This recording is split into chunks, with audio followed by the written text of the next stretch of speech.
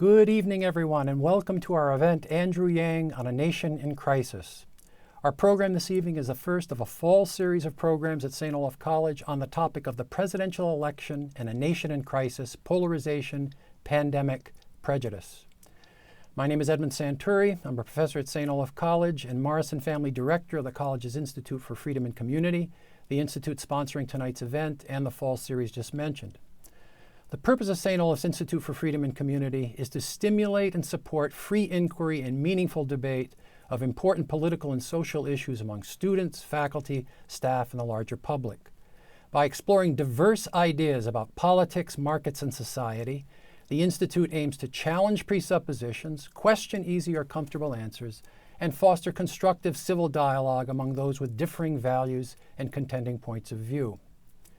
For help in organizing our event tonight, very special thanks go to our indispensable Institute Assistant Director, Eric Grell, and the Institute's energetic and resourceful student associates. Thanks also to Jeff O'Donnell, Joshua Wyatt, and the St. Olaf Broadcast Media Services crew. Thanks to Goff Public Relations and to St. Olaf Marketing and Communications. Finally, thanks to St. Olaf College faculty and students who have integrated their study with our program this evening. We are very pleased and excited to have with us tonight Andrew Yang, recent candidate for the Democratic presidential nomination, speaker at the Democratic National Convention 2 weeks ago, American political commentator now at CNN, lawyer, author, and entrepreneur who in 2011 founded Venture for America, a nonprofit organization that created thousands of jobs in American cities like Detroit, Cleveland, Pittsburgh, Providence, and Baltimore. In his book, The War on Normal People, published in 2018, Andrew explains the mounting crisis of the automation of labor and makes the case for what he calls the freedom dividend, a universal basic income of $1,000 a month for every American, along with many other policies that, in his words, put humanity first. Andrew Yang was named a Presidential Ambassador of Entrepreneurship by the Obama administration and a champion of change for his work with Venture for America. His run for president in 2020 brought a bold vision for a trickle-up economy and the power of investing in American families. Andrew, welcome. Again, we are so glad to have you with us this evening. Thank you, Edmund. It's a pleasure to be here. As I've suggested, Andrew, St. Olaf's College's Institute for Freedom and Community is interested particularly in fostering open debate about controversial issues and supporting civil, respectful dialogue and mutual understanding among persons with different points of view. And one of the things that stood out about your candidacy for the presidency and has stood out about your subsequent presence in the presidential campaign is that you've often sought to break the bonds of political polarization with calls even to your supporters and Democrats to try to understand the other side. For example, you said in one of the presidential primary debates, I think it was last October, that it's not enough for Democrats to talk about defeating, or at that time, impeaching Donald Trump. Democrats, you said, also needed to ask why Trump got elected, and then address the real social grievances that motivated some people to vote for him. At another time, you said that the Democratic Party has been perceived as a party of the elite, and that the party needs to do some soul searching, those are your terms, and ask why it's perceived this way. About Trump voters, you've said, and here I quote, "It's going to be up to us to learn how to share the country with them." It's going to be up to us, that is to say Democrats and your supporters, to learn how to share the country with them. And you said that your responsibility as a presidential candidate was to build bridges. That was reported in the Los Angeles Times. Now, this way of talking, I think it's fair to say, hasn't been characteristic of the current presidential campaign generally, whether the talk is by, to be honest, Democrats or Republicans or anybody else. And some Democrats might think you concede too much in reaching out this way. I mean, that in the minds of some, not just Democrats, Republicans too, we're in something with this presidential campaign, we're in something of a war. And the other side is on the wrong side, and the important thing is to press our own views. How are you thinking about these things these days? What's your feeling now? You've been through the primary campaign, and now you are a Biden and Kamala Harris supporter. What are you thinking about these kinds of issues? And I think your environment in Minnesota, in many ways, is emblematic of my approach and what's going on in much of the country. I have family members who voted for Donald Trump. And so if you reflect on the myriad reasons why different people voted for Donald Trump, you're not going to stop being friends with people, in my opinion. You're not going to stop being family members, or you're not going to somehow cordon off your personal life or your professional life in that way. And I'm sure that people in Minnesota can relate to this because if you have any kind of expansive network in the state, like I'm sure many folks supported Donald Trump and Hillary Clinton, both almost in equal measure. And so if you're in that environment and you're trying to solve some of the problems that, in my view, got Donald Trump elected, then the last thing you would want to do is somehow generalize or even uh, villainize tens of millions of Americans who voted in a direction, in my opinion, for some legitimate reasons around the fact that our government has been falling way behind the curve and failing many American families for years, decades, or even more. And we're seeing it right now with the pandemic, where you have tens of millions of Americans are struggling to find new opportunities, and our legislators can't come together to pass a stimulus bill that we all know is necessary. And so you look up, you get fed up, you despair, and then if someone comes along and says we need to do things differently, I'm not one of them. I will drain the swamp. I will do all these things that you'd like to see done. There are some very reasonable people who said, look, the current way of doing things is not working for me, my family, my community, my town. Many Americans have seen their manufacturing jobs get blasted to smithereens. We lost 5 million manufacturing jobs over a period of years, the vast majority of which, according to my arguments, were from automation and technology. And that technology is just going to accelerate. The technology does not care about the political beliefs of the truck driver, the Uber driver, the retail clerk, or the people who used to occupy a particular role or position. So that was my approach during the campaign. I will say now, uh, everyone knows I'm supporting Joe Sure, and Kamala, sure. and I believe that Trump losing is necessary for us to be able to move in the right direction as a country. But even saying all of that, if someone were to come up to me and say, I'm voting for Donald Trump, in my mind, they're exercising their rights as a citizen. They have a different point of view than I do. And that still could be true for people I'm friends with and maybe even family members with. Do you find yourself having that general disposition? Do you find yourself in a difficult place since you are a supporter of Biden and Kamala Harris, and since the rhetoric of the political campaign has not been of the style that you've just described? Is it hard for you as a supporter of a particular candidate and campaign to maintain the kind of equilibrium that you're suggesting ought to be maintained in these circumstances? No, what's interesting is a poll came out in January while I was still running that said that 42% of my supporters would not support the Democratic nominee. And so they were supporting me in my campaign, but they were not sure they were going to support, let's say now, Joe Biden. And some of them have actually been turned off by the fact that now I'm going hard for Joe and Kamala and the Democrats. They're like, oh, this isn't the candidate I supported or campaign I signed up for. So on that level, it's difficult in the sense that I've always been very clear that I think Trump has to go and that Sure. I ran, and if I fell short, then I was going to support the Democratic nominee. But it's difficult on that level because unfortunately, folks view partisanship in a particular way now, Edmund, where if I'm going hard for one candidate, then some other people think, well, like, okay, like this person is no longer aligned with me. And all I can do is lead by example. Say, look, this is what I believe. This is what I'm going to fight for. And I hope I can bring people along with me. And I think that you ought to feel good about the fact that a lot of people, I think, are attracted to you and what you have done in the campaign thus far, precisely because you have that kind of openness in your disposition. Let's turn to the economic stuff. You've typically described the crisis of our nation, even before the pandemic, in economic terms.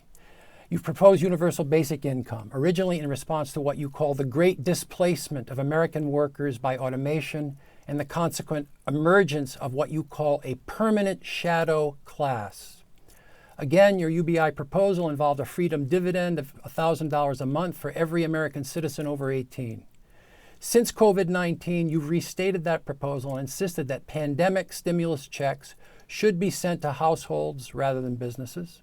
Indeed, many have noted that the government's post-pandemic stimulus packages, either implemented or debated, are in the same spirit as your UBI proposal. And one Washington policy analyst said a few months ago, it's a quote, "We are all now seemingly Yang Gang." Can you say a bit more about the grounds of these proposals of yours? What are the reasons that lead you to the specific UBI proposal? How is the pandemic shaping your attitude towards some of these proposals? Are they changing in any way? Or what else would you like to say about these matters? One of the examples I used on the trail, Edmund, is autonomous cars and trucks. Driving a truck is the most common job in 29 states, including, I believe, Minnesota. And so you have a time frame for these jobs to remain viable, but then eventually that time frame will start to end. And so what does that transition look like? What is the time frame? We all know it's happening. It's common sense. And if you look at the numbers, the cost savings from automating freight would be tens of billions of dollars a year. So now what happened with the pandemic is we just pushed fast forward on all of these trends. Where I was concerned that Amazon was closing 3% of America's malls and stores. Retail clerk's the most common job in the country. It's one reason why I said universal basic income or the freedom dividend should happen, because I knew this was going to be our future, but our future now got turned into our present.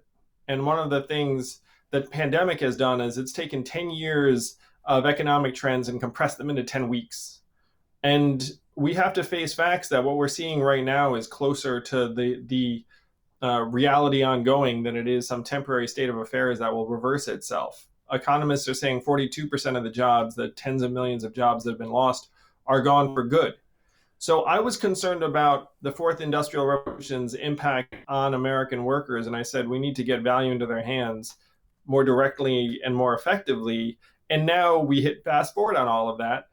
And it's common sense for all of us that if you have millions of Americans who now have gotten shoved out of the labor market because they were a retail clerk or airline attendant or security guard or massage therapist or personal trainer, or, the list goes on and on, it's not their fault. So then you say, well, how are they going to be able to get by? And then the obvious answer is we need to just put cash into their hands. And so that was, in my mind, always going to be true at some point along the time axis. What the pandemic did is it just sped it all up. And so the fact is, right now, as we're having this conversation, literally 75% of Americans are for cash relief during the pandemic. And if you think about 2020 and the spirit of this gathering, 75% of Americans being in agreement on something, that's like 98% at this point. That's essentially unanimous. And that's a majority of both parties are for cash relief during the pandemic. Again, common sense. And 55% of Americans, according to a poll last week, are for my proposal of a freedom dividend or universal basic income ongoing.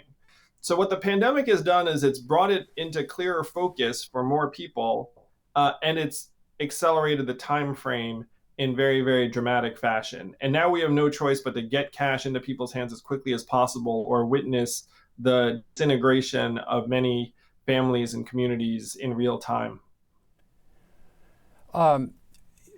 But even on the assumption that we get control of this pandemic eventually and that we are able to turn the economy around, you still do think that the UBI is going to be a permanent, ought to be a permanent dimension of U.S. policy. Is that right?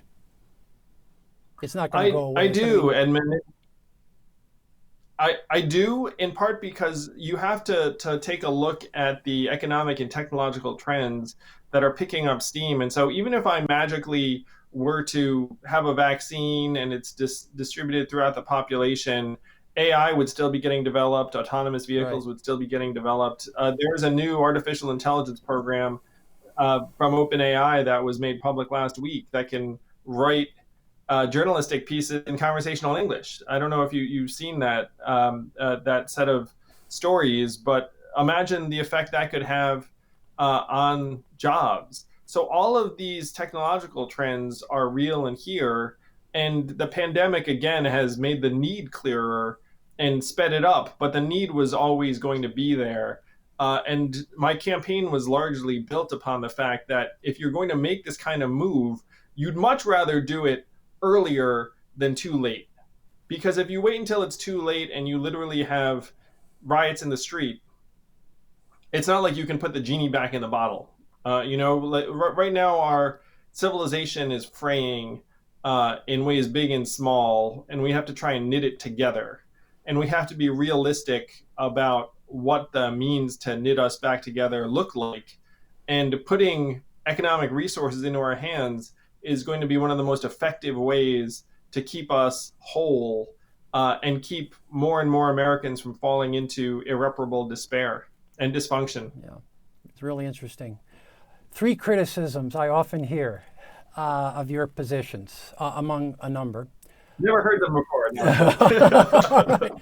Number one, the first one that everyone brings up, cost. How are we going to pay for this? This is going to be an enormously expensive proposition. That's one thing. Secondly, some people have argued, for example, Michael Lind has argued, you don't say enough about, or a position like yours, I shouldn't say, it's not a criticism of you explicitly, but it doesn't say enough about industrial policy for manufacturing jobs, that even if it's true that in the long term we're going to be losing manufacturing jobs, in the short term we really do have to position our society for competition with other nations to preserve a kind of manufacturing base in electronics, aerospace, and that sort of thing. And that your proposal, your book doesn't say much at all about industrial policy as it relates to foreign policy, trade deals, and that sort of thing. And then thirdly, some people are concerned that the UBI proposal doesn't take into account enough what might be characterized as the importance of the dignity of work and the way in which person's work figures into their identity. So I'm wondering what you would say in response to those 3 criticisms. Cost, not enough talk about industrial policy for manufacturing jobs, and then thirdly, what about the dignity of work as the identity of individuals, persons? Thank you for this. I'm going to take the second one first because I am all for industrial policies that would help shore up manufacturing jobs. Certainly some of the trade deals that we have done communities a massive disservice. I just don't think it's possible to dial it back to a degree, particularly as you're in the process of automating away many of these jobs, that you're going to dial it back in a way that's going to create millions of new manufacturing jobs in America in a particular time frame. I'm all for those measures. I just don't believe that you could do them quickly enough and effectively enough when you have this countervailing force of progressively automating away more and more jobs, particularly for folks who have lower levels of education. Now, if you look at a manufacturing plant today, are there job openings? Yes. But they're for technicians and people who operate on computers. Literally, they're hiring PhDs for these manufacturing operations and not the average high school graduate who wants to come in and carve out a middle class life for them. So in that context, even if you were to improve trade deals in a particular way, it's not like you would all of a sudden need millions of high school graduates the way you did decades ago. So that's the second objection. The first one on cost, we all just witnessed it in real time, where people have been saying, oh, where are we going to get the money? Where are we going to get the money? And then the pandemic hits, and then all of a sudden, $3 trillion in a stimulus bill. And it's reminiscent of what we did, Edmund, during the financial crisis, where Wall Street was collapsing and everyone looked around and then said, here's $4 trillion. Let's recap the banks. And one of the arguments I made on the trail to folks was, if you had a choice between either shoveling $4 trillion in the hands of Wall Street or keeping Americans in their homes, which would you have chosen? And every person I've ever asked that question is obviously we would have kept people in their homes.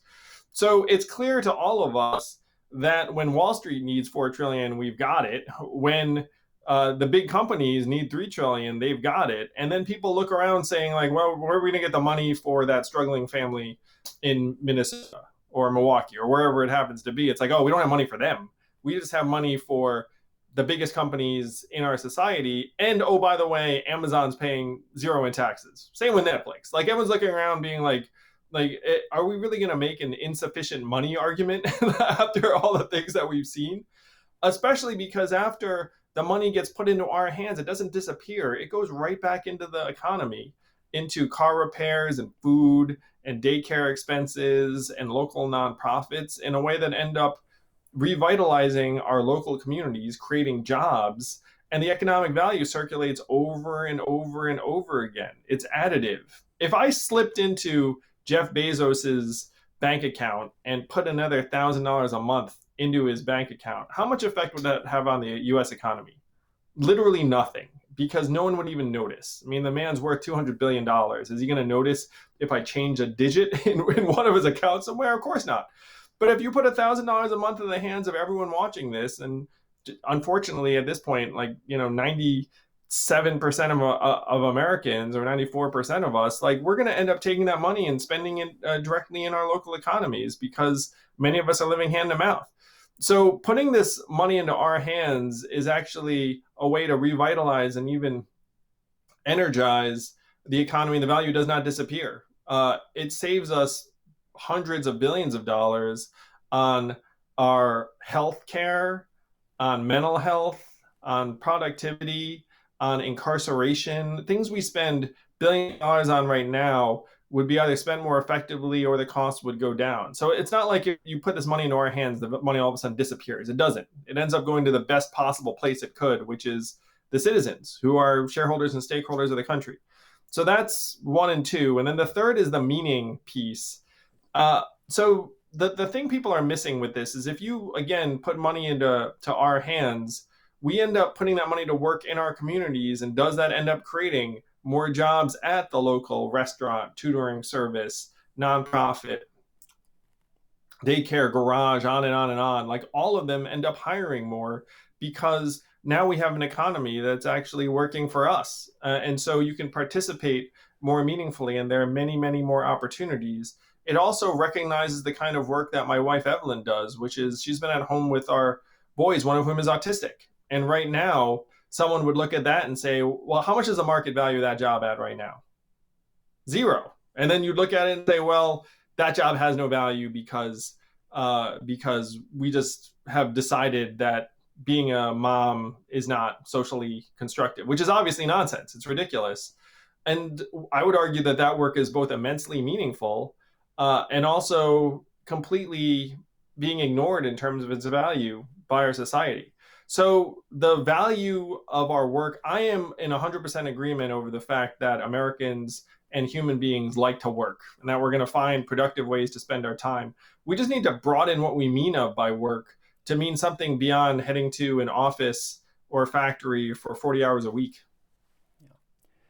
Beyond UBI and as part of a refurbished or what you call a human capitalism, you've proposed, among other things, what you call a digital social credit system with time as the new money. And you've also proposed that we ought to employ different measures of economic progress from those ordinarily employed. I mean, can you say something about these proposals? And could you touch on another criticism, and that is to say, at one point in the book you say you're not a fan of big government. On the other hand, you commend what you call the strong state. A powerful, that's your language, a strong state, a powerful federal government managing the economy in highly regulated ways. I mean, some might wonder how all of this comes together in your vision and how a highly regulated economy is, and this is a kind of conservative I actually, criticism. I definitely use the word strong state. Did I actually use the words highly regulated economy? No, that's my language. Okay, but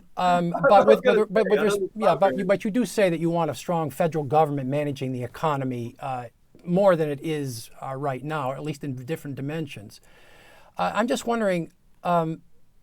The kind of conservative criticism you're going to hear of this is that too much regulation, is that compatible with the dynamic market energies and individual freedoms that make for growth and productivity? And when you say things like we have to assess the economy by, for example, its outcome for artistic and cultural vibrancy is one of the criteria that you use. One thing is, somebody may ask, well, how do you even measure that artistic and cultural vibrancy? And are you beginning to impose values or constructs on the economy that are not native to the natural economy? The natural economy runs by individuals who want to make a profit, want to make some money, want to make a livelihood, and they invent the new mousetrap. You know how the argument goes. And too much interference with that natural mechanism is going to get in the way of productivity. I'm just wondering how you respond to that kind of criticism or question. Sure. I have myself owned and operated a company, and it was a private business. And so I empathize very, very deeply with folks who start really anything under the sun. Food truck, restaurant, bar, accounting firm, like what have you. I know how much blood, sweat, and tears goes into the average small business. I've been a small business owner myself. And what's going on really with the government and a lot of our political discourse is that we've oversimplified things. Are we ham-fisted and messing around with certain things that we should not? For example, let's call it professional licensing and medical licensing. Like right now, if I'm licensed to practice medicine in Minnesota, I cannot do so in Iowa unless I take a separate test. And then you ask yourself, wait a minute, did the human anatomy change across state lines? Like, if I open the door and there's an Iowan, be like, oh, I don't know what the heck to do here. Does that make any sense? Of course not. So are there certain things that we're regulating in ways that are irrational and counterproductive and impeding efficiency? Yes. Are there other areas that we are completely out to lunch on? Let's call it big tech and looking around saying, sure, Amazon, zero taxes. Yeah, that makes sense. It's like, what's that? Facebook printing tens of billions of dollars a year off of our data and we're not seeing a dime. Sure, that makes sense. Like, is there a need for intelligent moderation in those areas? Yes. So oversimplifying and saying like, oh, like government good, government bad is just missing the point. Like that there are certain things where the government needs to improve and lighten up. And then there are certain things that needs to figure it out and get in there. And on the tech and data piece, someone likened it to industrial firms in the early 20th century, where you'd go around, let's say, manufacturing chemicals, then you just dump stuff in the river. And then it took us a little while to figure out, dumping that stuff in the river is really, really bad because it ends up sickening people and polluting the environment in various ways. And so we passed rules. Now, does anyone look now and say, well, like those anti-dumping rules are, like bad for business? Of course not. It's like everyone wants clean water. Sure.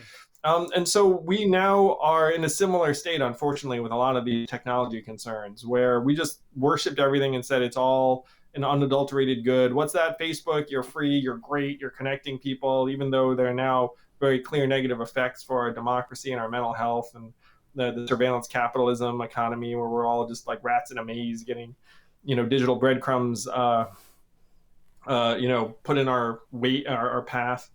And so we need more intelligent regulation on those things. So, it's a both and. You can't oversimplify. In terms of what I think the government's major role should be is that saying that there's some kind of native economy, like we're all running around in the woods and it's like state of nature and like I'm starting a belly and you're like, the whole thing is, we invented these measurements about 100 years ago. We invented GDP during the Great Depression. Things were going so badly that everyone was like, we need a number. And so we made up GDP, and now we worship GDP and we say like, here we are 100 years later saying GDP, even though at this point, GDP is at a record high, and our quality of life is sinking into the ground as measured by life expectancy, mental health, freedom from substance abuse, freedom from school loans for those of you who happen to be students. It's like any normal measurement of our quality of life is eroding, but then we're still somehow worshiping this measurement we made up 100 years ago, GDP. And even the inventor, Simon Kuznets, said 100 years ago, there's a terrible measurement for national well-being, and we shouldn't use it as that. And here we are 100 years later having these ridiculous arguments about it. So to me, the goal should be to modernize, really. And if you're clear-eyed about how to modernize our society, then government has to have a role in that. Because how else are you going to transition from GDP to, let's call it, quality of life or life expectancy or any of a myriad other things that we ought to care about? Like, for example, clean water. It's like, I think access to clean water should be a measurement of a society's health. And you literally have had communities that weren't able to provide clean water to the citizens because it was expensive. And then you think of that, it's like, wait, does that make any sense? Like, do I care about like the stock market or GDP if my kid's water is poisonous? Like, of course not. So we have to get back to basics. And what's really funny about this, Edmund, is that some of these things are the way we used to measure the economy before we invented GDP 100 years ago. It's like, but when you didn't know how to measure the economy, you'd literally look around and be like, how are people doing? Like, how many orphans do we have? How many people are in the poorhouse? Like, that was literally how we used to try and figure out how people were doing. And then we came up with a number, and now we're riding that number off a cliff. The numbers are going to destroy us unless we, frankly, like, three-dimensionalize and get numbers that correspond to how we are actually doing. Because I guarantee you that Amazon being worth $1 trillion and Apple being worth $2 trillion, while more and more people are left behind, is not a recipe for success. That sounds right. Could you say just a couple of minutes, could you say something about this digital social credit system that I mentioned? Oh, sure. It sounds very techy and futuristic, but it's really not that complicated. so say you're the average person. How many different currencies do you have or use? And then you think, well, just one, because I have dollars. It's like, well, you have your cash in your wallet, and then you have your credit card. You probably have 2 or 3 just to be safe. And then you probably have some points on a credit card somewhere, some frequent flyer miles. You might have the Deli Punch card. You have some credits floating around somewhere. You probably have somewhere between 5 and 10 currencies that you're operating in at any moment in time, if you count each of these things. And it might only be good at one establishment, but it still counts. And so I was looking for mechanisms to help us re-energize the social fabric that used to tie us together. And I've run a national nonprofit myself. And so if you look back on things that people have done, Robert Kennedy suggested something called time banking, where if you do something like volunteer in a community, you get like an hour credit and you can trade it to someone else who then can come clean your lawn for an hour, and then you end up trading time in various ways. And so this digital social credit idea was essentially just taking time banking and make it so that we could trade with each other things that we did, either for each other or for a nonprofit, and then you'd end up energizing volunteerism in various ways. Because if you think about volunteerism has been declining for years, generation or more. And so what you don't want to do is you don't want to pay people, because that's kind of crass. It's not like, hey, do good, here's $10. I mean, like, that's not the point. But is there a way that you can make it more interesting and rewarding, and do it in a way that actually ends up creating like a different ecosystem, and do it in a way that's social? Because if I make $10 for volunteering, that's problematic. One, because it's like I didn't do it for the $10, but two, it's like I can't go around being like, here's $10 I made, like, because then I'm a jerk. But if I did it for these points that the nonprofits awarding, then maybe that's socially fine. And then maybe I take you out for dinner and being like, hey, it's because I did this volunteer work and they gave me a credit at this restaurant. So that's what the digital social credit is. It's just a revved up version of time banking, a system that Robert Kennedy proposed in the 60s that has actually been in operation in hundreds of communities since then. Yeah. But in some measure, isn't it meant to replace what we now identify as regular work or regular occupation? That is to say, given the fact that there aren't going to be the kinds of jobs or around that we have around now, or that there are not going to be as many of them. This is a new kind of response to the question of the dignity of work. Wasn't it meant in some measure to be a replacement of what we understand to be working now? Well, it's meant, Edmund, to create different touch points and opportunities for different sets of people. Where if, let's say, you're a stay-at-home mom and doing a 40-hour-a-week job is not for you right now, but maybe doing some volunteer work is for you, then this could be a way to activate that. If you're someone who used to drive a truck and you're trying to find a way to get involved in your community in any capacity, helping neighbors, then this is a way to make that more accessible for you. So the goal is really just to create more opportunities for people in different arenas that are outside of what we think of as like this 9 to 5 Sure. or this 40-hour employer-employee relationship. Yeah, very interesting. Well, let's move to a different topic. In addition to economics and pandemics, we are also a nation in crisis over race. You yourself, of course, Andrew, are Asian American and have experienced racial discrimination in your own life, as you recount in your book, but also in a recent Washington Post article that you wrote a couple of months ago. Yet you have also been quoted in the New York Times as saying, "It's not always best to lead with race in discussing political issues and proposals." What I want to know is, generally, what did you mean by this? And a more specific question, is it fair to say that you are more inclined to see our problems in terms of economics and class rather than race? Well, unfortunately, those things intersect and interact very much in American life. So if you have race and class, you know that the net worth of a black household is 10 to 12% that of a white household. I mean, that's a fact. But in my mind, there are ways that you can frame problems and solutions that can appeal to people of different backgrounds.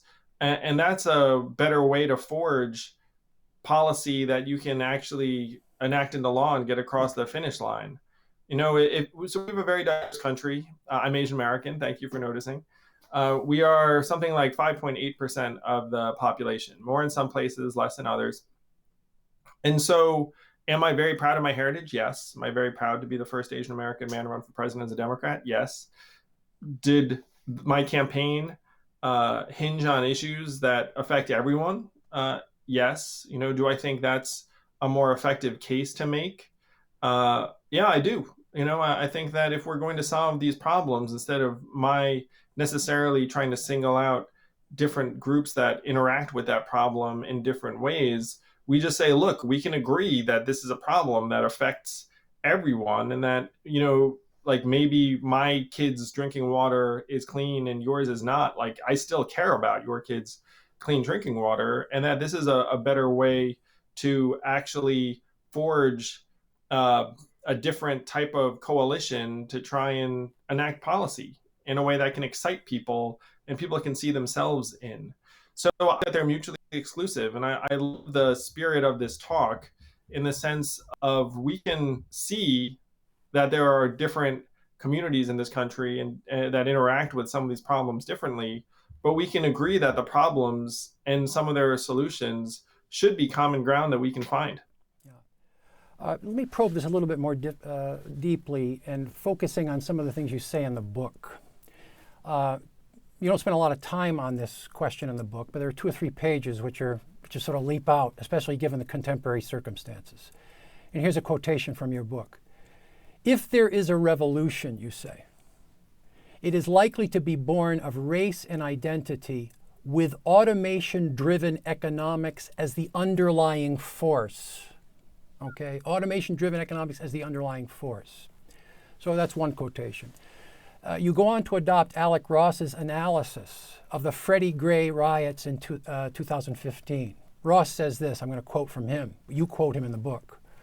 While the triggering event, Freddie Gray, was the death of a 25-year-old man, African American of course, in police custody, the protesters themselves consistently rooted their cause and rallying cry in more than police brutality. These are not your words, these are Ross's, but you're quoting him favorably. It was about the hopelessness that came from growing up poor and black in a community that had been laid to rest with the loss of Baltimore's industrial manufacturing base and then gone ignored. Black working class families had effectively been globalized and automated out of jobs. End of quotation of Ross. And you also say on the next page, this is your quotation now, the group I worry about most with respect to revolution is poor whites, you say, whose optimism, you say, is lower than that of poor blacks. Now, this was published in 2018, would you apply the same kind of analysis to the tragic racial conflicts of this summer, the killing of George Floyd in Minneapolis and the catastrophic aftermath? I mean, do these events, in your view, have economics as the underlying force rather than race as the underlying force? Again, in American life, the two are so tied together as to be inextricable. So if you look at George Floyd, why was he arrested? He was arrested because he allegedly was using a counterfeit $20 bill. Is George Floyd allegedly using a counterfeit $20 bill in a society where, for example, he was getting $1,000 a month as a right of citizenship? And are police in that community interacting with the Black community in the same way if the Black community has its material needs being met and is a totally different looking community than it is, unfortunately, right now in 2020? I mean, these things are all tied together, where, unfortunately, again, in America, race and class are so inextricable that it's difficult to have a conversation saying it's going to be one or the other. But is George Floyd in that situation in a society where African Americans are not worth 10% of what white Americans are worth? And do police have the same daily interactions with the Black community if that balance changes? I believe that there would be very different interactions in that world. And that, to me, is the world that we should be pushing towards as quickly as possible, instead of trying to dig into. So there are certain things we can change. Like, we can eradicate poverty as a society very, very quickly. We just saw it. We just saw our government distribute $3 trillion, unfortunately, the vast majority of which was to big corporations. But we could do that tomorrow for Americans around the country and transform our way of life, particularly for people of color and people that right now are marginalized and pushed away from access to educational opportunities, job opportunities, economic growth, entrepreneurship, and everything else. And that, to me, is the point, is that we need to try and take a structural approach to any of these wrongs and then right it together as a country. Now, police brutality is its own unfortunate set of policy failures, in my view, and you have to do separate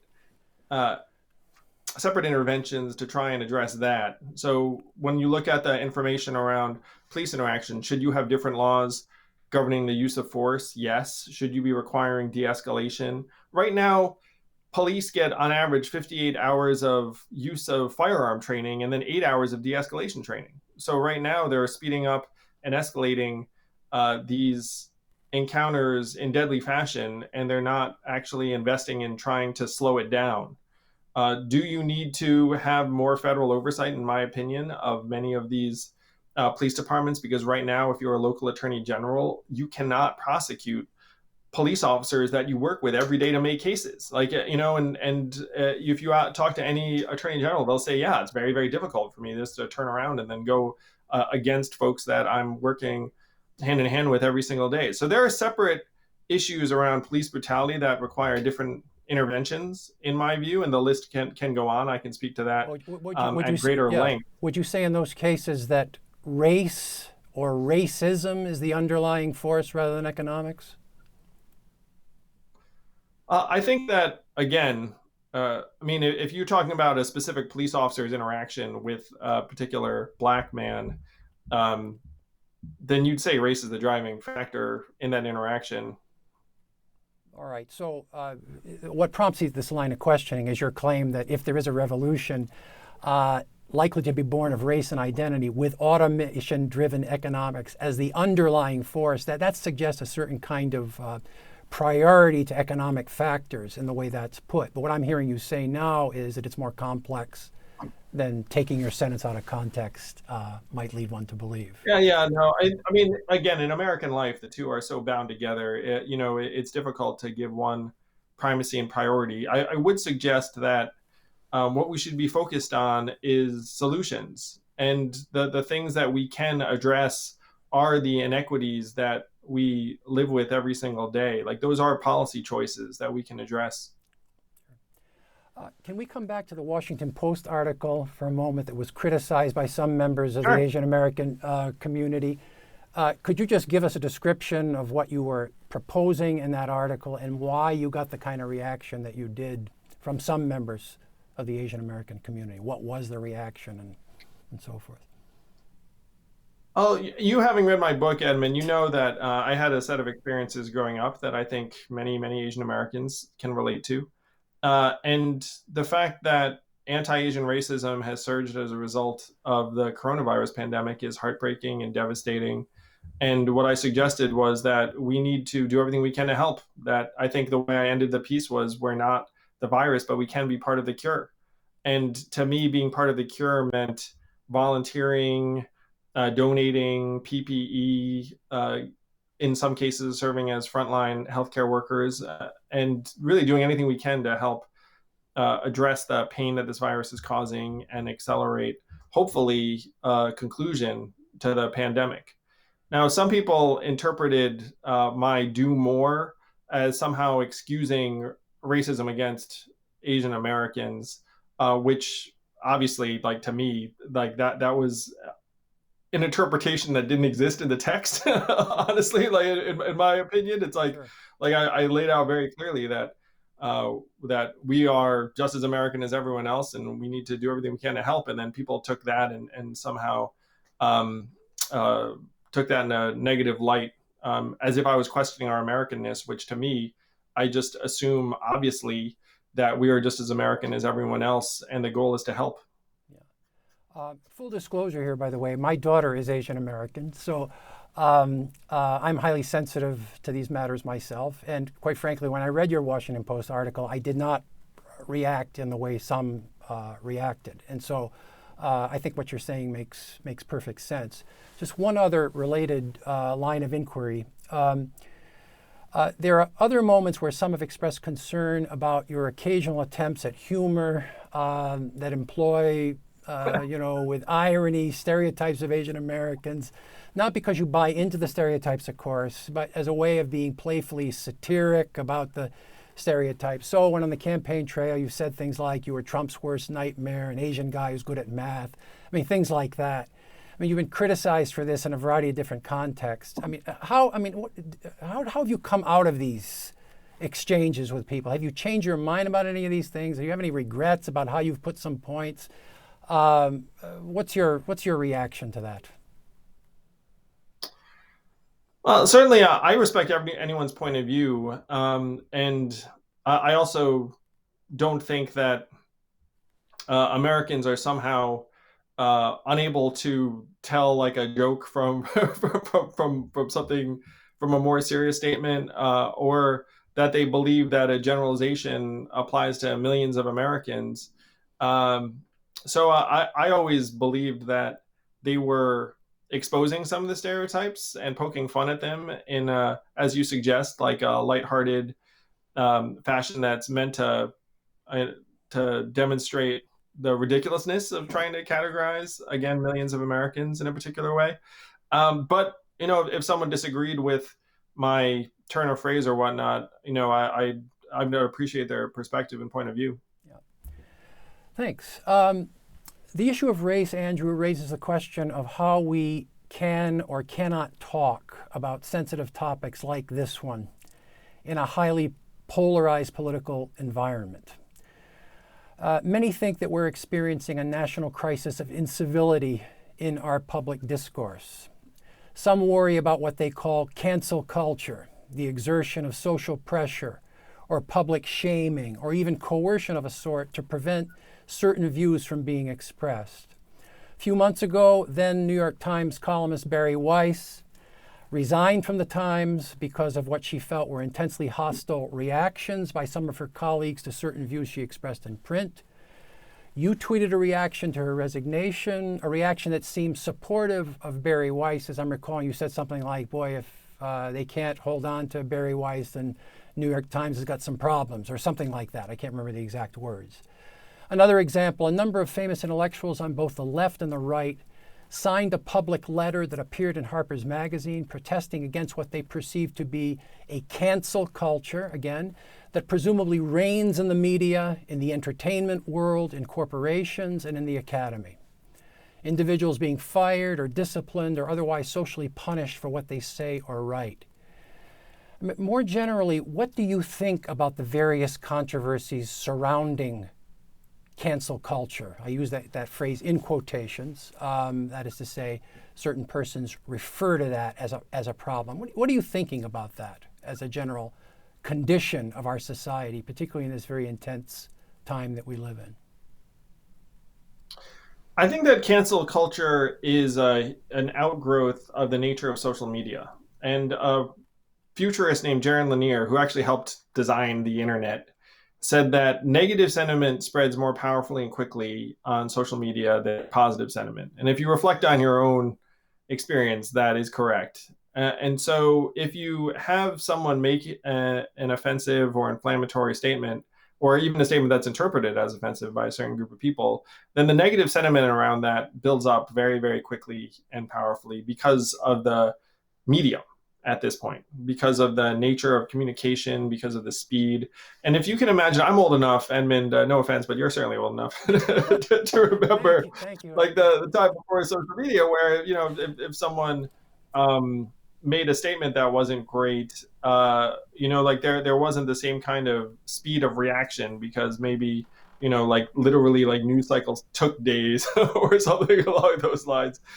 And now there's this reinforcement loop that builds up very, very quickly and powerfully.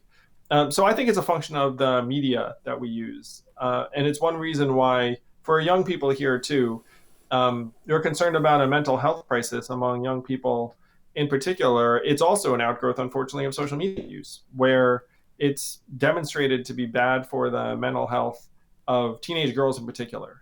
And that's not me like hypothesizing, that's just the data, where if you look and you look at the mental health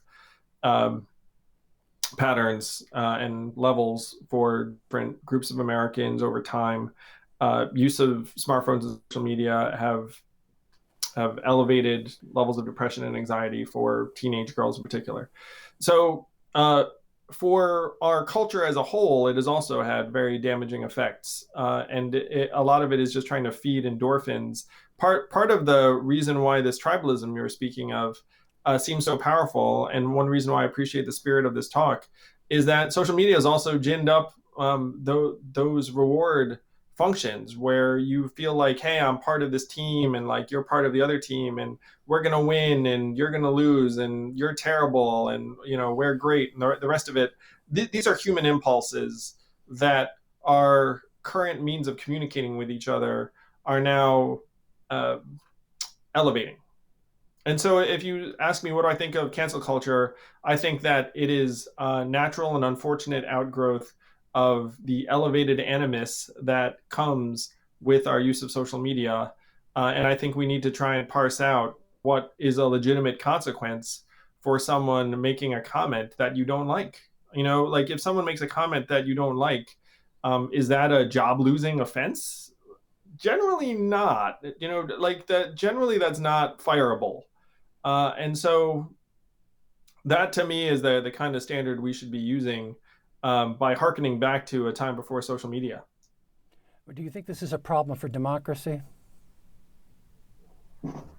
Yeah, it's a major problem for democracy. And I'll tell you, too, as someone who ran for president, it has a real impact on candidates because there are a lot of folks who would never run for office because they're afraid of being cudgeled for some off-color statement they might have made at some point in time. We're going to have generations of people who feel like they can never run for office because your entire life got cataloged on social media. So if you run, we're going to be like, well, like I unearthed this this party photo of you when you were 18. Like, the entire thing is really negative for democracy.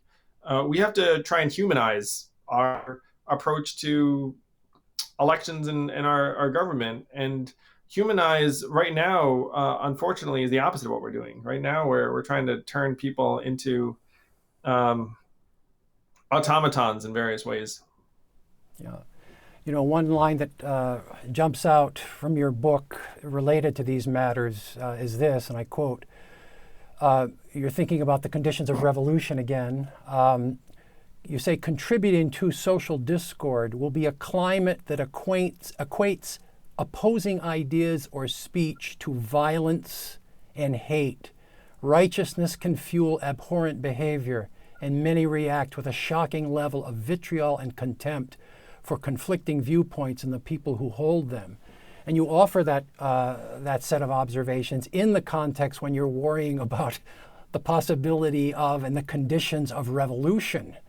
And so that has a bearing on the issue of the relationship between our current state of affairs and the prospects for democracy.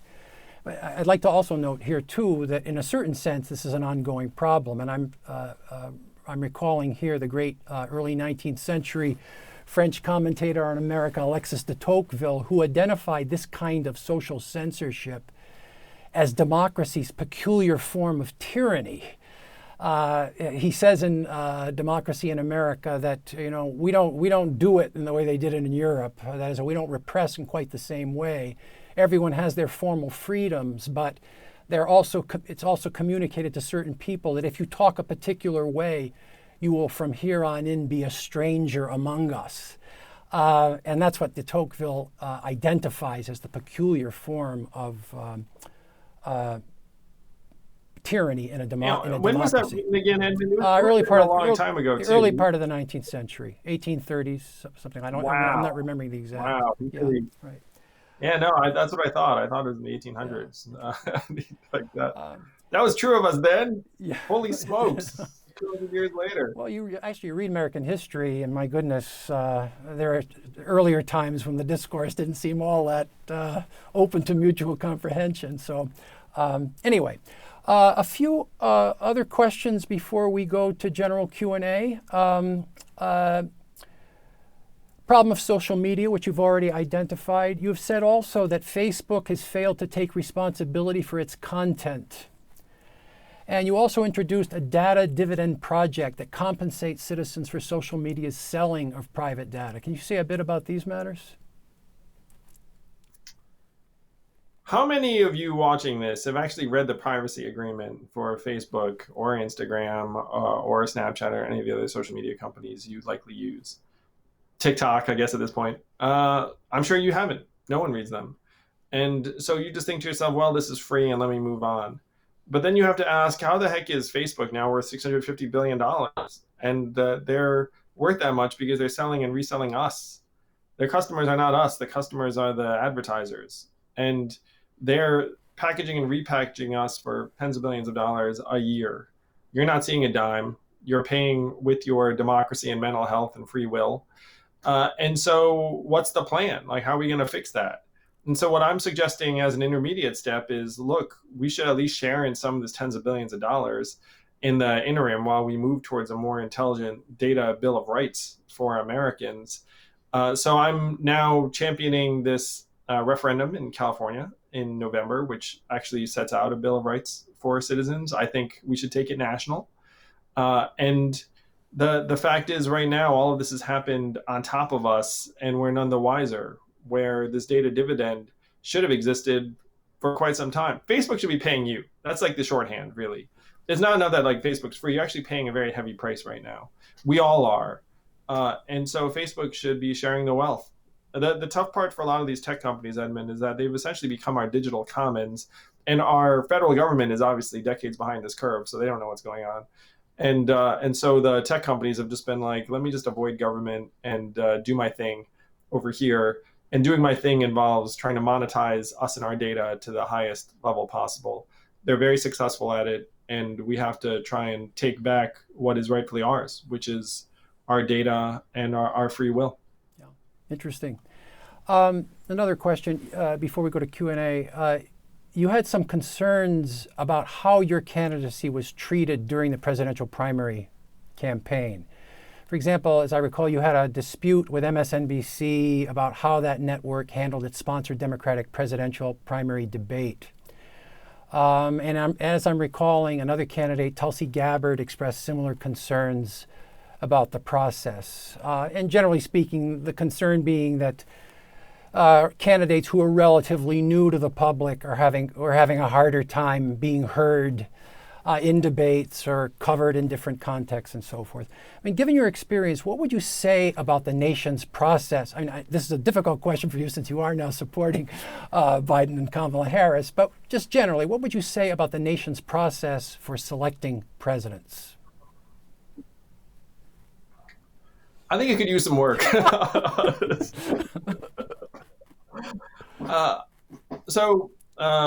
It shouldn't take someone like me running for president to get an idea like universal basic income onto the national table. But unfortunately, that is what it took. And the media responded to my candidacy in fairly indifferent fashion, shall we say, and it varied depending on the outlet, depending upon the people involved. And I managed to make traction really because of the fact that we have all these podcasters and folks who are independent of the major news networks, where if not for podcasts, we would not be having this conversation. There would not be a Yang Gang. There's no, like universal basic what, it was the fact that there were all these independent media sources, which are a relatively recent invention or innovation. Because if you think about when podcasts came up, it's only in the last 6 to 10 years. So we could use some work in terms of how we discover and support various candidates. To me, the big one is campaign finance reform. Like we just need to give every American 100 democracy dollars that you can use on whatever candidate you want. Anyone you can vote for, you can give the $100 to in increments of $20 or whatever you want. And then you would have more everyday citizens running for office. Because right now, some of you are thinking, ooh, maybe I want to get into politics. I kind of like this stuff. And then you're going to look up and say, wait a minute, like the incumbent wins 97% of the time, and they start with $1 million cash advantage. How the heck am I going to counter that? And the answer is you're not going to counter that. So you wind up with only certain types of people running for office. And a lot of the time, they're not actually serving our interests. It's like if you have a billionaire next to your name, then the press will be like, well, maybe I have to actually hear you out a little bit because you might be able to cram yourself into this conversation. It's not great.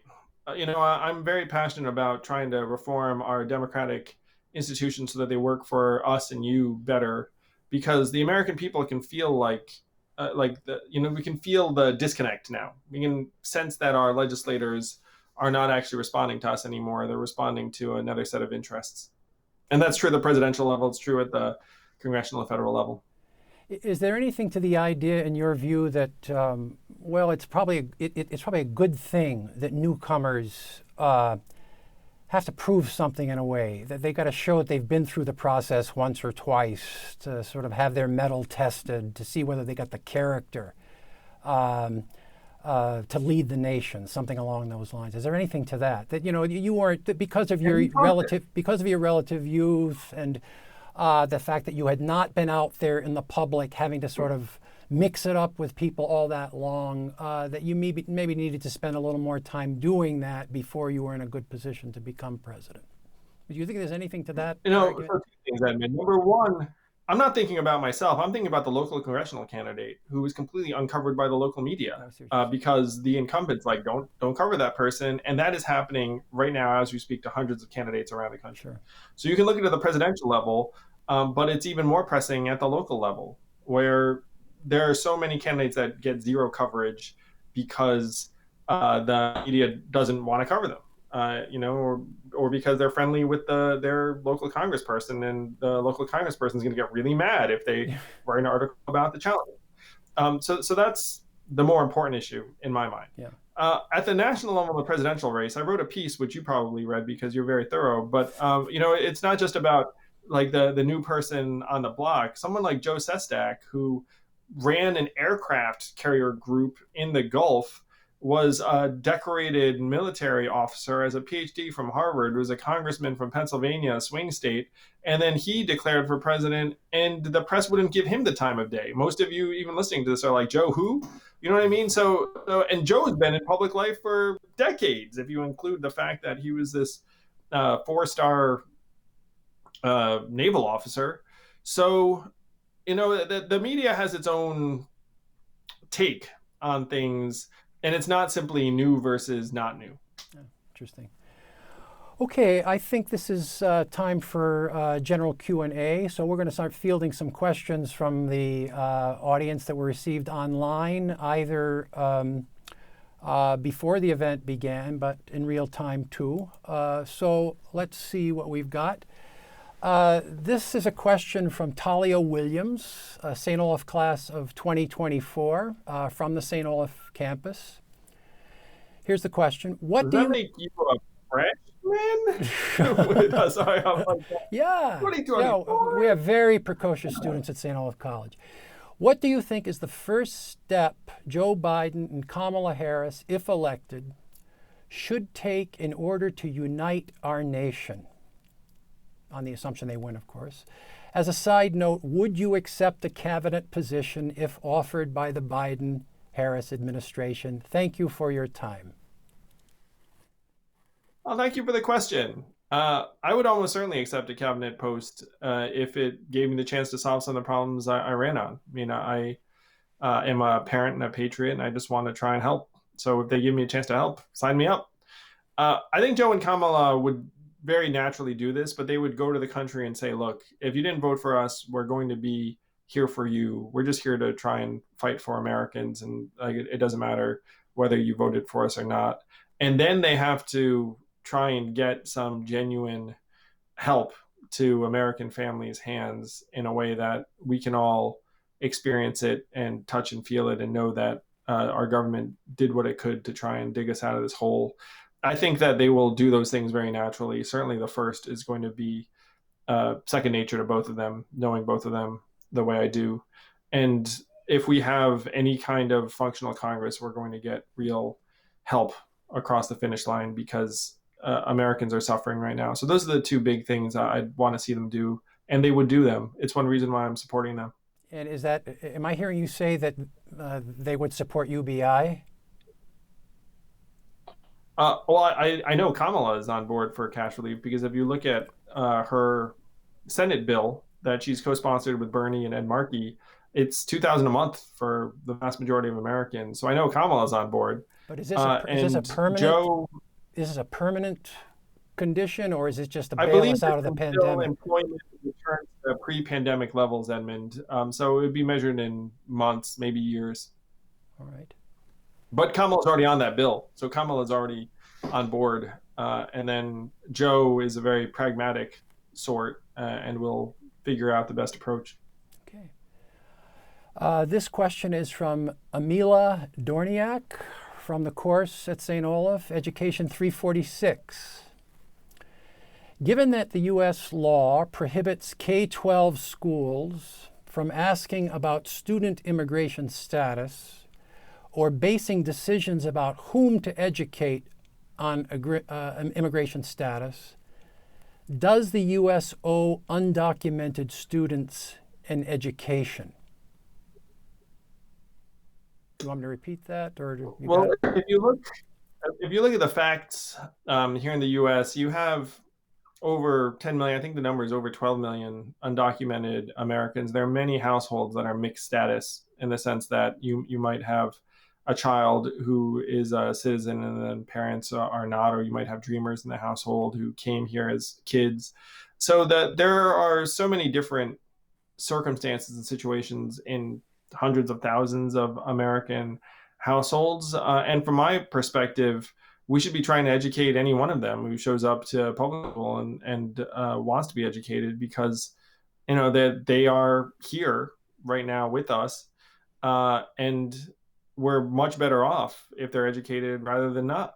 That's just like to me, like the reality, like that we face, that to me, and I'm the child of immigrants myself, and education has done an awful lot for me and my family. So I think we should be educating anyone who comes to these schools, and that's good for us. Okay, thank you. From Isaac Coutier, from Management Studies 256 at St. Olaf College.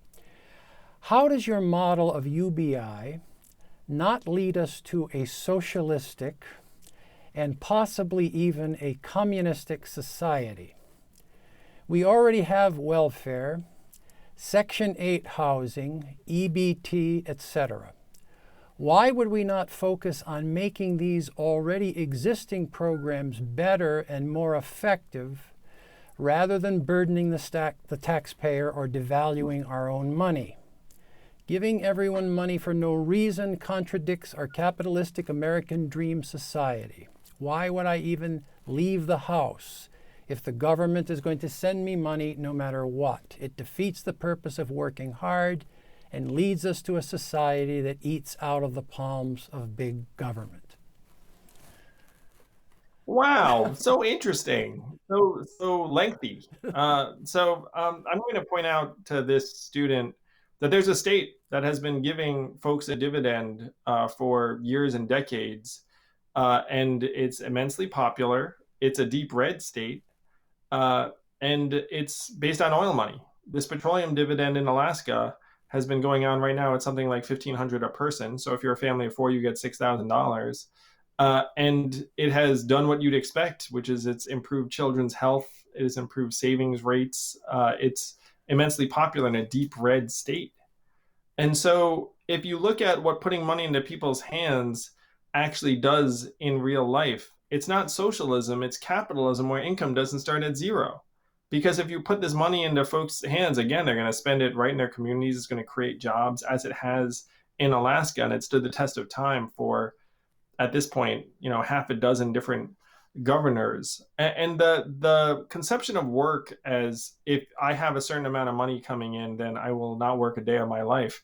It flies in the face of just about everyone's experience. It's like I'll use myself as an example. I've made some money, and I work harder now than I ever have before. Like, there are two ideas that people hold in their head simultaneously that this question actually evinces, and it's these two things. Number one, work is the most important thing, and we need everyone to do it. Number two, no one will do it if they have any money at all. And these two things cannot be simultaneously true.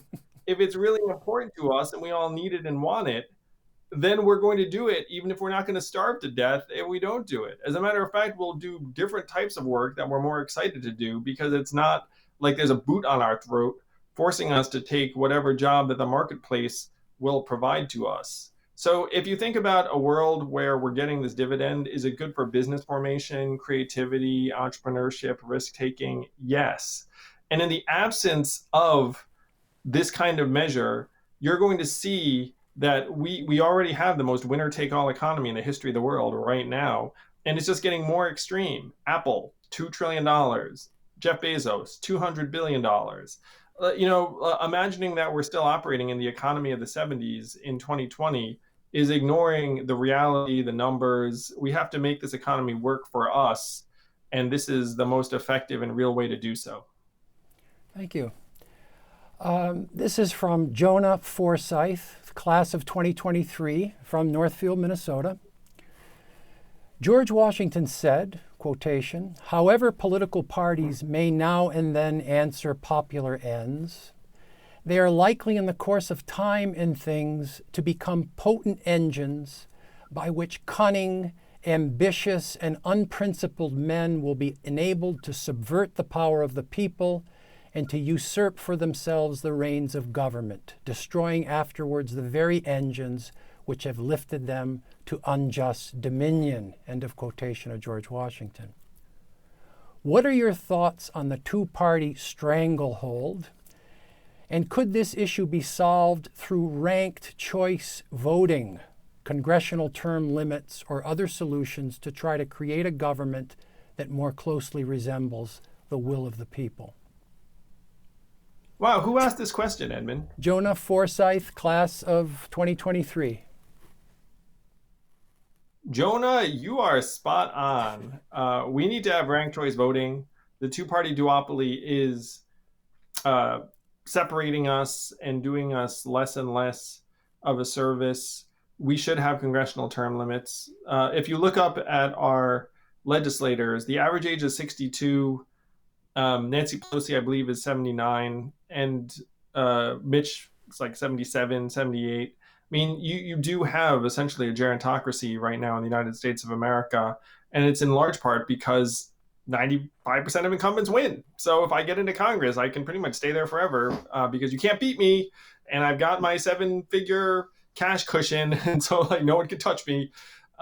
And they succeed whether we succeed or fail. And the two-party duopoly actually helps facilitate that. So this is one reason why now I'm so passionate about democracy reform, campaign finance reform, ranked choice voting, term limits. And Jonah, I even have a clever way we're going to get term limits passed. We're going to go to Congress and say, everyone, term limits, but current lawmakers are exempt. So it doesn't affect you. It just affects whoever comes after you. And then you can get lawmakers to sign on for that because they'll be like, well, it's no skin off my back. It's just whoever gets the seat after me. But then eventually the future legislators show up and say, wait, I've only got a few terms here in DC, so let me try and get the people's work done and then go home a hero as opposed to just staying there forever. So to me, this is a must.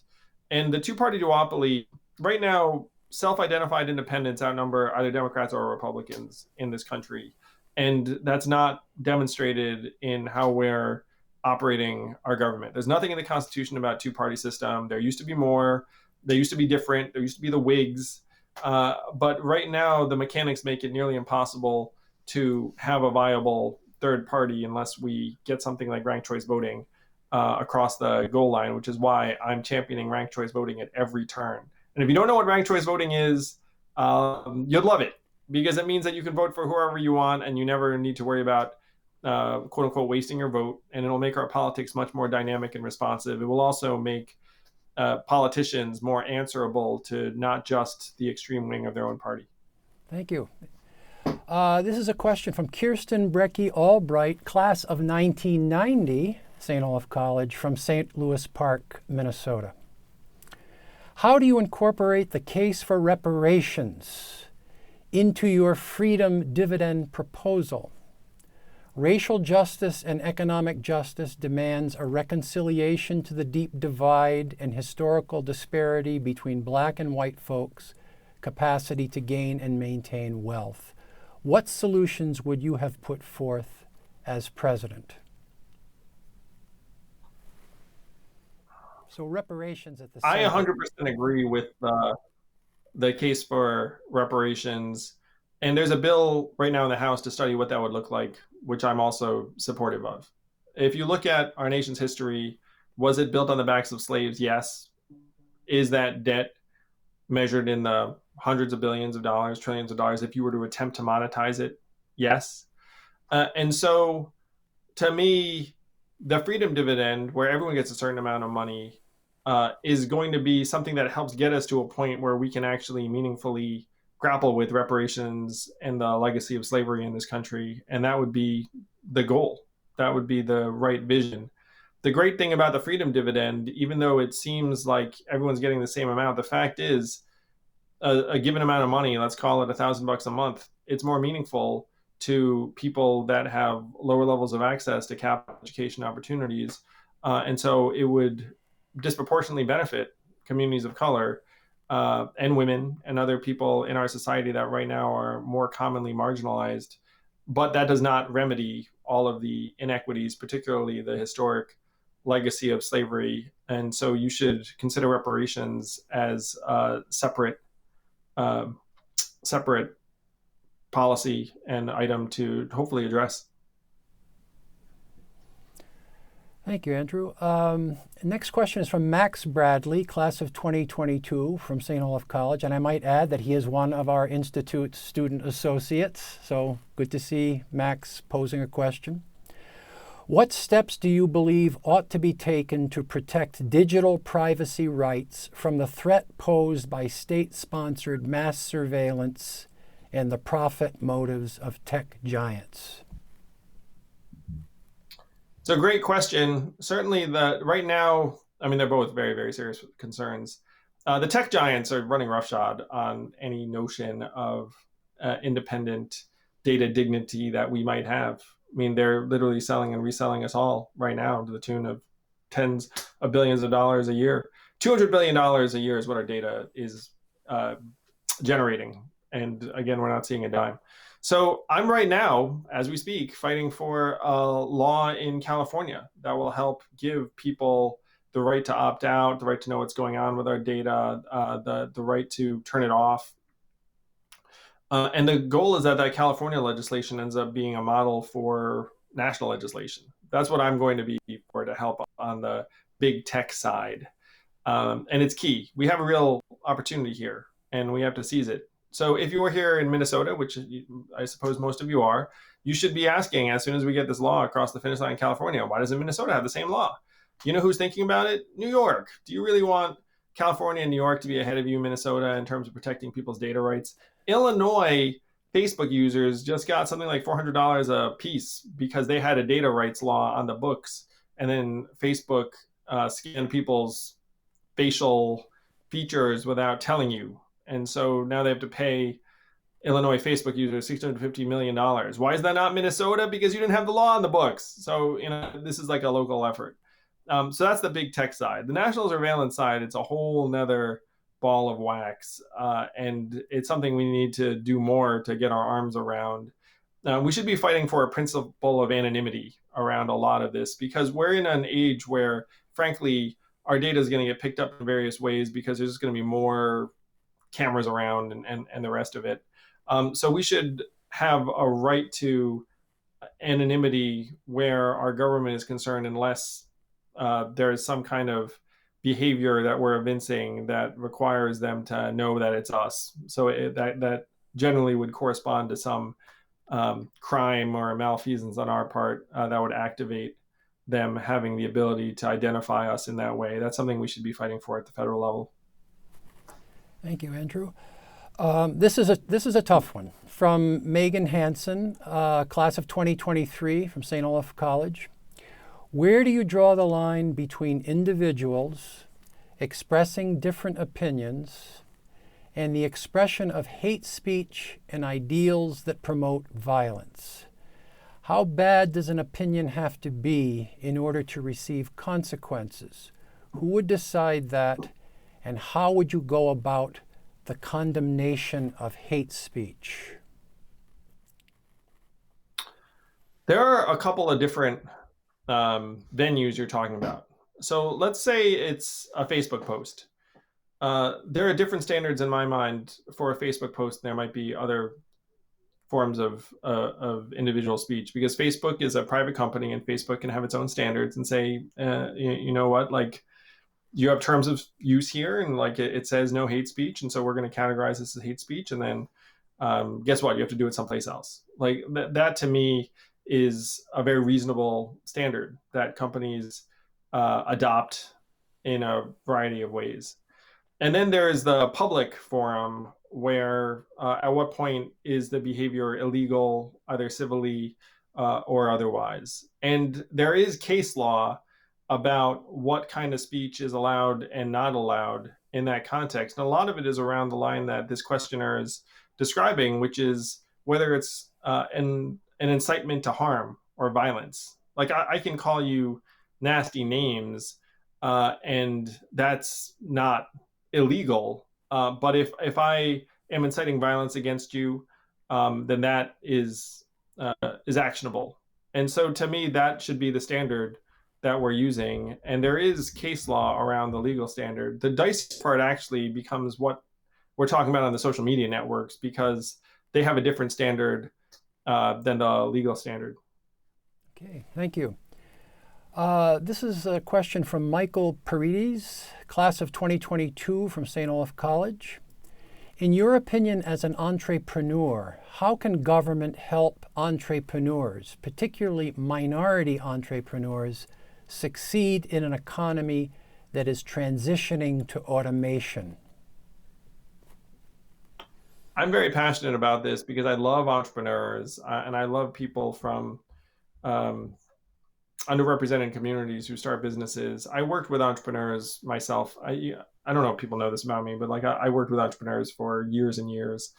And the things you have to look at when you talk about starting a business, virtually no one is on their last leg or dime or dollar and then say, you know what I'm going to do? I'm going to start a business. Like that's not normal. You might hear stories about like that once in a blue moon, but it's not normal. Like it's more likely that you have some degree of security or cushion to be able to take a risk. And then what's the first thing you have to do? You have to turn around and get customers or support or vendors or investment or whatever the heck it is.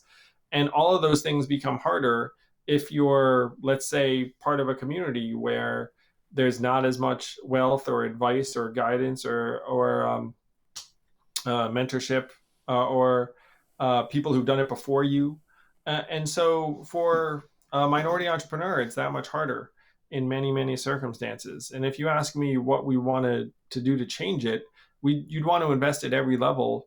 But the main way to invest is, and again, this is going to make me sound like a broken record, but you have to put economic resources into that community's hands so that the entrepreneur has a cushion to fall back on, and they have customers where you can go outside your door and be like, "Hey, does anyone want Andrew's muffins?" Or I made up my own business. I'm actually not much of a muffin baker.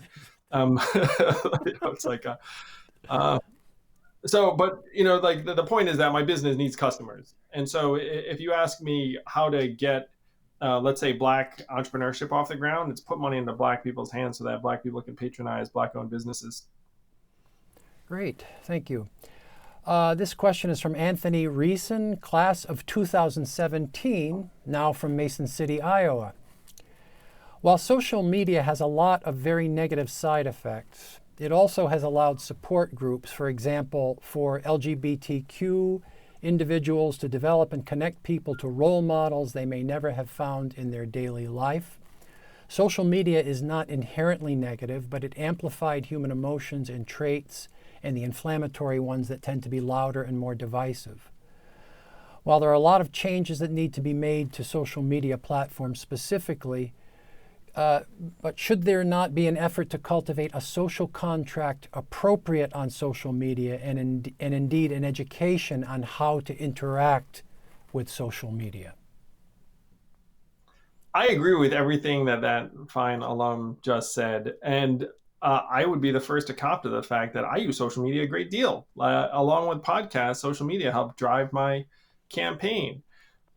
So I completely agree that it's a very positive tool for connecting supportive communities, for building positive movements in some cases, with all the caveats I said before. It's like, does negative sentiment spread more powerfully and quickly? Yes, it does. So the question is, what do we do about it? I like the idea of a social contract. I think that we have to adopt a systems approach where a lot of it's around the platforms themselves and the rules. And the tough part right now is that the platform makes more money by ginning us up and getting us mad at each other.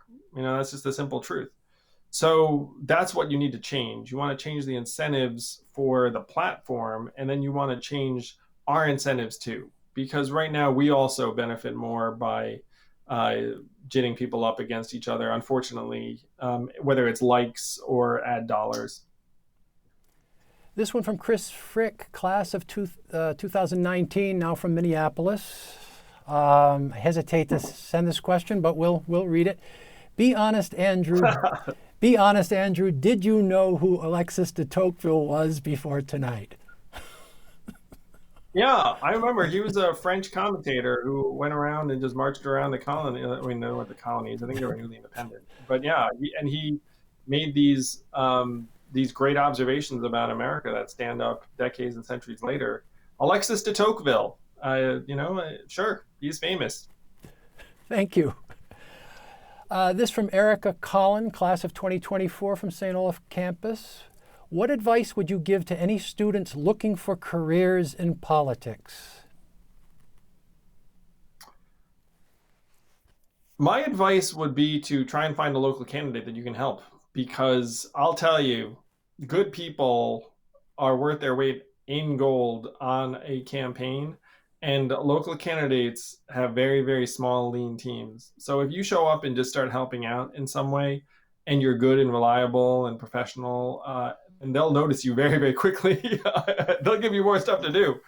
And then before you know it, you'll end up being one of the more important people on that campaign. Just beware that it can become addictive. I've been around a lot of folks now who've gotten accustomed to the campaign lifestyle, and it's like a roller coaster. It is addictive in the sense that you have more highs and lows than you would in an ordinary work environment. So that's my advice. Go find a local candidate that you really, really like and just say, I'm here to help. And then initially they'll be like, whatever, go, sort through the mail or like lick envelopes or whatever the heck. But then if you do a good job, whatever they give you, they get more to do. Great. I think maybe we have time for three questions we have posted now. The first from James Fiata, class of 2019 from Minneapolis. By the way, former student of mine. Hello, James. Thanks for your question. If you were tasked with creating a new index that would replace GDP, what are the top 5 metrics that would make up this new measurement of growth? I love it. Number 1, life expectancy. And you can adjust it for quality of life if you wanted, but life expectancy, sure. Number 2, mental health and freedom from substance abuse. Number 3, environmental sustainability. Number 4, average income and affordability. And then number 5 would be childhood success rates. And if you got those 5 in, you'd be in pretty good shape. It would be a massive improvement over GDP. Great ideas. This one from Paul Block, class of 93 from Las Vegas now. He's another former student of mine. Thank you, Paul, for the question. What do you think about the movement to pass the national popular vote to overturn the Electoral College? Fascinating. The compact. I'm not anti-compact in that if a majority of states agree that popular vote is the way we're going to decide national election, then great. And it's more practical than saying we're going to abolish the Electoral College, which strikes me as an impossibility because Nebraska and Montana and the rest of the states will never just shoot themselves in the foot and say, hey, I shouldn't decide anything. I mean, like that's not happening. The optimal reform that we should be fighting for, in my opinion, is proportional allocation of electors, because that way candidates would have an incentive to campaign in places that aren't just swing states. Because right now, what is it, the 10 states that decide? Minnesota, for better or for worse, maybe entering this category. I know some of you will be like, I don't want to be a swing state. I'd rather just be on that side. But you may be about to get bombarded with ads as a result of this. So it's not optimal for 10 states to be deciding who the president is. It skews policy. It skews a lot of things. And so optimally, you'd have proportional allocation of electors and then make it so that candidates should campaign anywhere they can actually move the margin somewhere. One danger of saying it's just popular vote, is that candidates will then just go to major media markets because you can just get to more voters that way. And that would systematically disadvantage rural areas and rural states, which I don't think is ideal for policy or politics. Thank you, Andrew. Last question from Munail Rizvi, class of 2021 from Northfield, Minnesota. Andrew, who do you have for the NBA playoffs this season, and who deserves the MVP? Wow, such a fun question. I appreciate it. I've given this a little bit of thought on for it. It's like, so I don't even know who won tonight's game, so I might be. I hope the turn. Celtics. I hope the Celtics did. Yeah, who won? I guess you would be a Celtics fan being from New England. Edmund. So here's my beginning of the season projection. Clippers over Bucks. If you ask me right now, I'm going to say Clippers over Bucks. Yeah, I guess I'll stick with it. I mean, I hope the Bucks. And then who's the MVP in this world where I have the Bucks making it all the way? You got to give it to Giannis. And I think the Bucks are really like America's team right now because of what's going on in Wisconsin too. There's that element. I talked to Jacob Blake's family last week, and then I actually put some folks from the NBA in touch with them, and I think they made that connection. So like it was, to your point about this NBA stuff, like I actually felt like I connected the NBA to the Blake family, and it made me very proud to have played like a part in that conversation. Thanks, Andrew. Thank you for joining us tonight for this informative and stimulating conversation with Andrew Yang. And thanks so much to Andrew for being with us. We have several other virtual events this fall focused on the election, polarization, pandemic, prejudice. Learn more about these events at institute.stoloff.edu. We hope you can join us.